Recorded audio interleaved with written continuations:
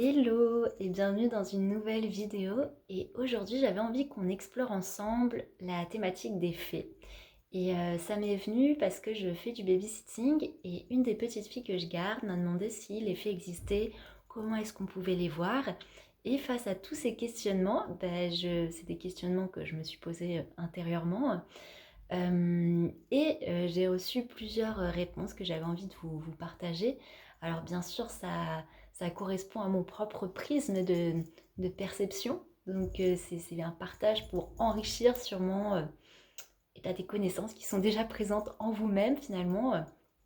Et la première chose finalement qui m'est venue, c'est on cherche beaucoup finalement quand on parle des fées, du royaume des élémentaux, à les voir, un peu comme pour avoir une preuve.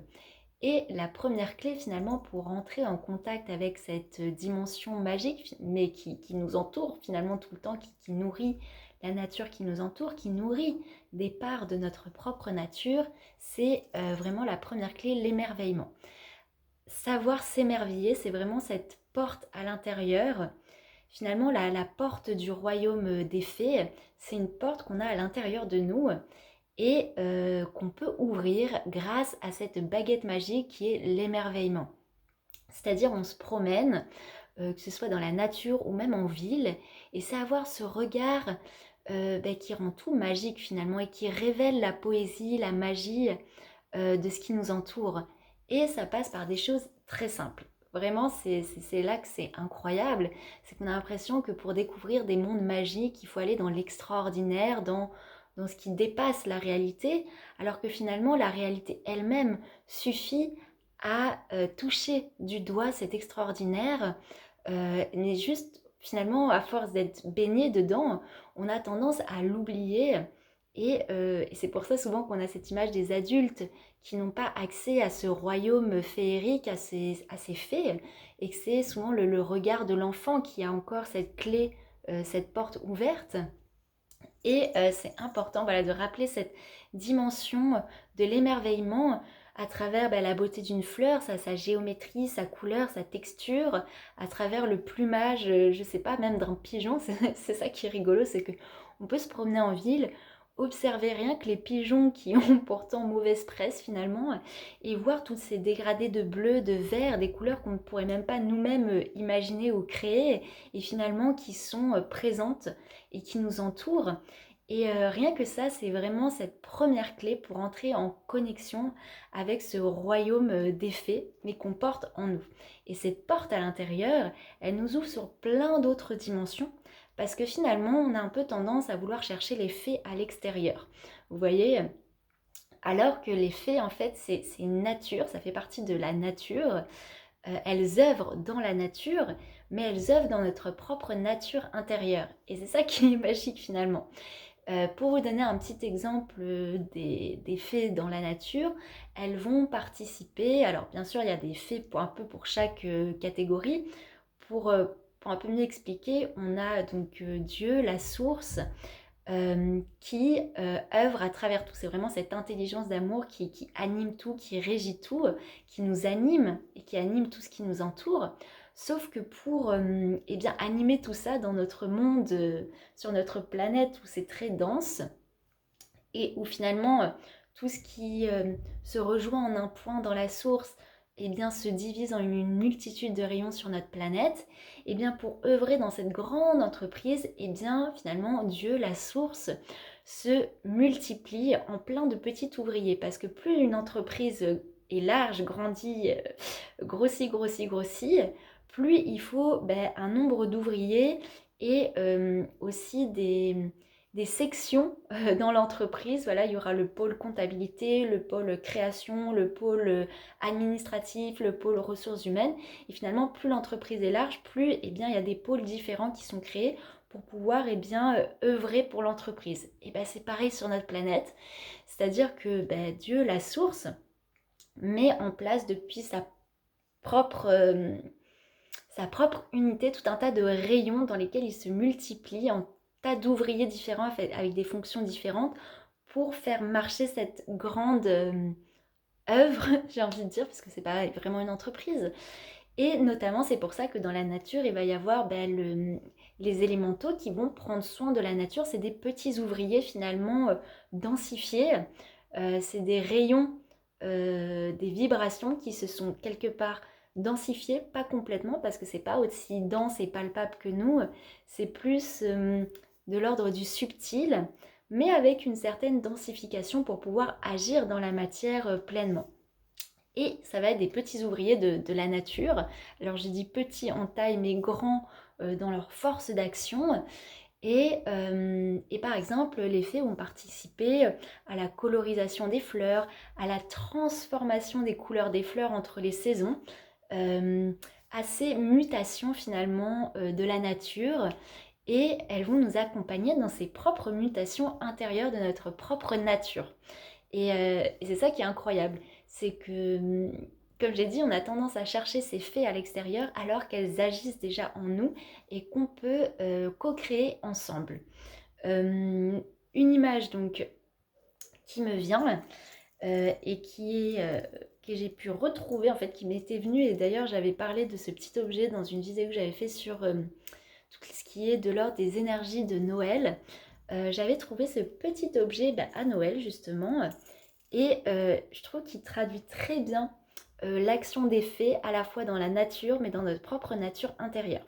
Donc c'est un petit objet, vous voyez, comme ça, avec une grande étincelle de lumière ici, un soleil ici, un cristal ici, un cœur en cristal, et tout au bout, alors je ne sais pas si on voit bien, une petite fée sur une lune avec une étoile.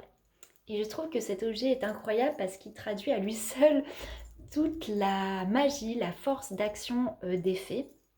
Alors, ici, donc, on a cette étincelle de vie, cette source en fait où tout est un et à la fois tout est multiple. Un peu ce que nous raconte le soleil et nous enseigne le soleil à notre échelle.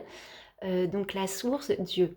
Ensuite, donc, ça se personnifie, on va dire, ça prend la forme du soleil dans notre monde davantage densifié. Ce cristal, ça représente le cristal en nous-mêmes.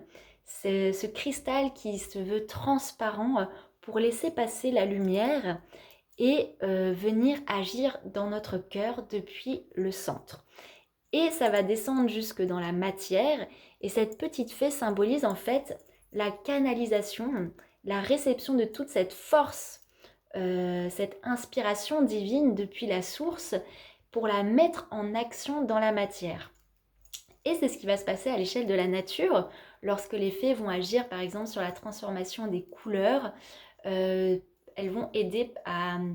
En fait, elles permettent de fluidifier. Vous voyez là par exemple la petite fée, toute cette énergie de la source, elle va passer par plusieurs strates de densification pour descendre dans la matière. Et la fée va permettre en fait de conduire cette énergie dans une action précise. Et toute la magie des fées, toute leur innocence, et c'est pour ça qu'elles sont très rattachées au monde de l'enfance, parce qu'elles ont cette innocence, en fait, cette promiscuité avec ce qu'on appelle l'enfant intérieur, mais qui est la source, en fait, qui est le lien direct à la source.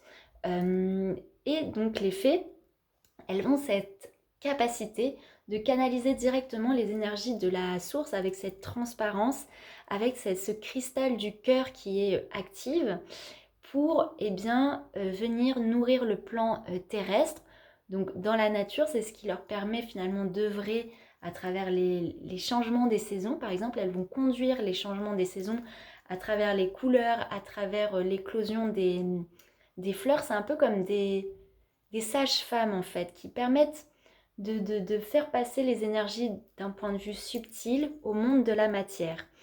Et c'est pour ça qu'on a cette petite fée sur une lune avec une étoile, parce qu'en fait elles sont reliées au principe féminin, à cette force de magnétisme, parce que sur le plan terrestre, les fées, elles ont un magnétisme actionné depuis leur cœur qui leur permettent de réceptionner ces énergies divines pour les faire pénétrer dans la matière et qu'elles puissent rayonner dans la matière. Et c'est pour ça notamment qu'on a souvent les fées avec une baguette magique, avec une étoile au bout, Parce qu'en fait, la baguette magique, en fait, c'est diriger une action depuis donc l'étoile, donc c'est le lien avec le ciel, en fait, cette lumière du ciel qui donne une direction. Vous voyez, l'étoile, elle donne des directions. Et quand on a cette baguette magique, et que la fée lance pas un sort, mais en forme en tout cas depuis une formule, elle associe finalement la puissance du verbe créateur et la force dirigée de l'action depuis l'espace du cœur finalement pour lui donner forme dans la matière. Et ça finalement c'est une magie qui nous habite en tant qu'être incarné, qu'on soit homme ou femme, mais ça va faire appel davantage à notre dimension féminine dans un premier temps de réceptivité pour que toute cette énergie puisse être accueillie et ensuite on va passer dans un mode plus masculin, plus yang pour vraiment mettre en action toutes ces énergies canalisées à l'intérieur pour leur donner forme dans la matière. Et finalement, on est tous habités par cette magie. Et c'est pour ça que, par exemple, les fées existent dans le monde qui nous entoure, mais elles existent dans notre propre monde, dans notre propre royaume, à partir du moment où on entre finalement en résonance avec notre propre cristal, avec cette propre source qui nous anime et qui nous guide à œuvrer dans la matière. Et finalement, on parle des fées, mais quand on parle des faits, c'est que je fais. Vous voyez, c'est associé au verbe faire, au verbe de la manifester. Tout ça, c'est relié à l'énergie des faits. Et il y a une façon de reconnaître cette énergie des faits qui nous habite. Vous voyez, vous allez avoir une idée et vous allez avoir toute une forme de picotement, de rayonnement, comme des petites paillettes, des petites bulles de champagne qui entrent en effervescence à l'intérieur de vous et qui vont vous donner cette impulsion pour entrer dans l'action de la créativité. Et ça, c'est vraiment l'énergie des fées qui nous accompagne. D'un coup, on est habité par une magie qu'on ne peut pas définir. Une idée nous traverse, on a ce pétillement de rentrer en action et de passer au faire. Et c'est vraiment cette magie des fées qui entre en nous, en fait, qui vient résonner dans chacune de nos cellules pour pouvoir œuvrer dans la matière. Et aussi, il y a une chose, donc l'effet, donc c'est comme je l'ai dit, relié à manifester, passer de cette inspiration intérieure à la gestation, à l'accouchement dans la matière de cette création, de création, j'ai même envie de dire. Et les fées, elles nous permettent vraiment d'œuvrer et elles sont très reliées à toute la dimension créative. Donc c'est pour ça que finalement, elles sont très reliées au monde de l'enfance où on a cette créativité en fait insouciante, c'est-à-dire on crée non pas pour avoir une reconnaissance extérieure ou pour valider un talent ou pour valider, on va dire, une certaine, technique, voilà. On ne crée pas pour valider sa technique ou pour être performant, parce que ça c'est plus de l'ordre de l'ego, mais on retrouve cette créativité joyeuse du monde de l'enfance où on crée simplement parce qu'on est traversé par ce courant finalement, ce courant de la source qui s'écoule en nous et qui ne demande qu'à s'exprimer, peu importe le talent qu'on a, peu importe le regard de l'ego sur la qualité technique. Finalement, on est traversé par ce courant et on se met en action. Alors ça peut passer par le chant, ça peut passer par la peinture, ça peut passer par la couture, par la cuisine, mais juste on est traversé par ce pétillement qui ne demande qu'à être extériorisé pour s'exprimer dans le monde. Et même s'il n'est pas amené à être présenté à un public précis ou avec un but bien précis, en fait c'est simplement venir ancrer sur notre dimension matérielle une énergie bien précise dans un premier temps pour soi et même si c'est pas montré au monde, il va y avoir un aura, ça va émaner cette énergie qui s'est écoulée depuis la source.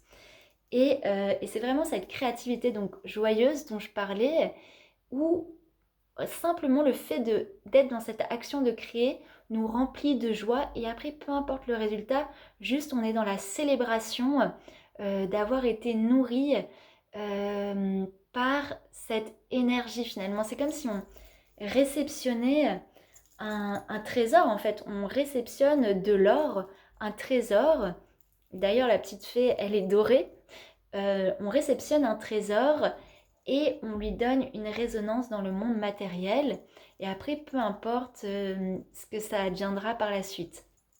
Et renouer avec cette magie des fées, c'est renouer avec cette puissance créative qui nous habite et qui n'a pas de but précis, simplement être dans la joie de créer finalement, avec tout ce regard bienveillant, comme quand on est enfant et qu'on fait nos coloriages à gribouiller, et juste on s'est exprimé, et on est content d'avoir exprimé toute la magie, tout le monde qui nous anime, et de l'ancrer en fait, d'ancrer cette féerie dont la porte est en nous, et de l'ancrer dans ce monde qui finalement des fois a tendance à oublier cette féerie. Donc voilà, j'avais envie de rappeler dans cette vidéo que quand on parle des fées, c'est pas simplement quelque chose qui se cherche à l'extérieur ou dont on attend une preuve extérieure, mais c'est une énergie qui fait ses preuves à l'intérieur de nous, qui nous anime et qui est présent dans notre quotidien et qu'on peut nourrir en fait quotidiennement à travers l'émerveillement. L'émerveillement, mais des fois simplement s'émerveiller, vous voyez, de se dire mais c'est incroyable finalement, pour être en vie, je prends de la nourriture qui est nourrie par le soleil, par l'eau, par la terre, par les 4 éléments, et je viens me nourrir avec. Donc je la transforme en fait, juste en mâchant, je transforme cette matière qui appartenait à la terre, et elle vient se transformer en moi et se transforme, passer de quelque chose de physique à quelque chose de subtil, parce qu'on parle d'énergie quand on parle de légumes, et rien que ça, on peut s'émerveiller à travers des choses quotidiennes qui nous paraissent tout à fait banales de par l'habitude, mais qui sont en fait extraordinaires en tant que telles. Donc garder cette magie de l'émerveillement, y connecter chaque jour. Dès qu'on sent ce pétillement de passer à l'action, de quelque chose de créatif, se lancer. Peu importe si on a les moyens techniques, si on a tout le matériel ou pas, juste exprimer. Et peu importe le résultat, on célèbre.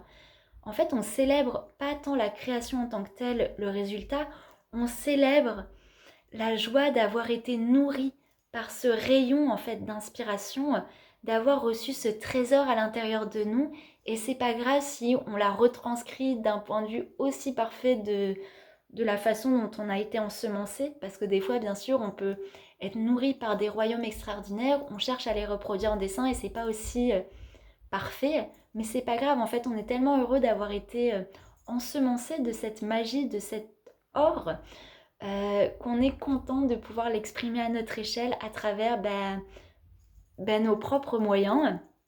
Et c'est célébrer en fait ces trésors qui viennent, qu'on découvre dans ce royaume qu'on ouvre et dont on a nous-mêmes la clé. Et aussi j'avais envie de rajouter quelque chose par rapport aux fées. Il y a quelque chose qui est venu faire tilt, c'est que lorsqu'on fait avec amour, vous voyez, agir en tant que fée finalement, c'est par exemple, je sais pas, on a un t-shirt blanc et d'un coup on veut le teindre en rose. C'est ce qui s'est passé avec ce t-shirt, exactement. L'envie de teindre en rose ce t-shirt qui était blanc avec un drap rouge qui déteignait. Mais en fait, ça apportait une touche de magie, de créativité avec 3 fois rien, vous voyez. C'est cette envie, par exemple, d'avoir un meuble gris dans sa chambre et de vouloir le repeindre en rouge. Et bien c'est suivre ces petits élans créatifs qui paraissent rien du tout, mais juste en fait le fait de transformer la matière qui nous entoure en apportant notre touche de magie, et bien ça rend les choses magiques. Vous voyez, par exemple, c'est vous achetez des ingrédients et vous le transformez en gâteau, et bien ça c'est vraiment apporter une touche de magie. Vous achetez, je sais pas, par exemple, un carnet pour écrire, mais vous décidez de faire des petits dessins sur la couverture, vous apportez votre touche personnelle. En fait, connecter à la magie des fées, c'est apporter sa petite touche personnelle sur tout ce qui nous entoure, à travers la décoration, à travers la façon dont on s'habille, à travers votre façon d'œuvrer envers les gens au quotidien, même dans votre façon d'être en présence avec les gens, c'est d'apporter cette petite touche de magie, de faire descendre cette magie qui vous habite à travers tout ce qui vous entoure et ne pas uniquement se laisser, voyez, remplir par la mode qui vous entoure, remplir par ce qui est déjà établi. C'est en fait se dire, je suis la fée, je suis celle qui transforme, je suis celle qui apporte la magie là où peut-être elle n'est pas encore révélée. C'est révéler la magie des choses en apportant son étincelle de lumière, son étincelle de créativité. Et comme j'ai dit, des fois ça passe par des choses toutes petites. Ça peut être tout simplement repeindre quelque chose. Par exemple, moi j'avais une phase où j'aimais bien récupérer des statues en porcelaine en fait dans les brocantes et les repeindre, les bomber juste avec une bombe dorée. Alors et en fait c'est tout simple, il suffit d'acheter la bombe et de passer par-dessus, il n'y a pas besoin de technique particulière, mais juste j'ai transformé un objet qui était ancien, en faïence, un peu vieillot, en lui apportant une nouvelle touche et en lui redonnant en fait un nouvel éclat. En fait c'est ça, c'est de révéler l'éclat des choses, l'étincelle des choses, de ce qui nous entoure, alors soit à travers une action concrète, soit à travers notre regard de lumière et d'émerveillement. Donc voilà, c'était une vidéo pour vous partager cette magie, que cette magie vous habite, que cette magie elle se rencontre à la fois à l'extérieur mais aussi à l'intérieur de soi et c'est nous-mêmes qui en sommes finalement acteurs. Si on souhaite la rencontrer, eh bien on l'active nous-mêmes finalement. Donc j'espère que cette vidéo vous a plu. N'hésitez pas à partager en commentaire si vous aussi vous avez ce petit pétiment qui vous donne envie de transformer voilà votre sentiment par rapport au fait, comment est-ce que vous rencontrez cette magie dans votre quotidien.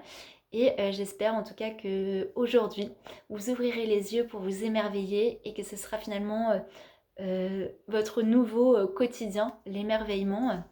Et n'hésitez pas aussi à mettre un petit pouce bleu ou vous abonner, ça permet et bien finalement de partager cette vidéo dans des algorithmes peut-être de personnes qui auront besoin elles aussi de s'émerveiller, d'apporter voilà, de la magie dans leur quotidien. Et je vous dis à bientôt pour une prochaine vidéo.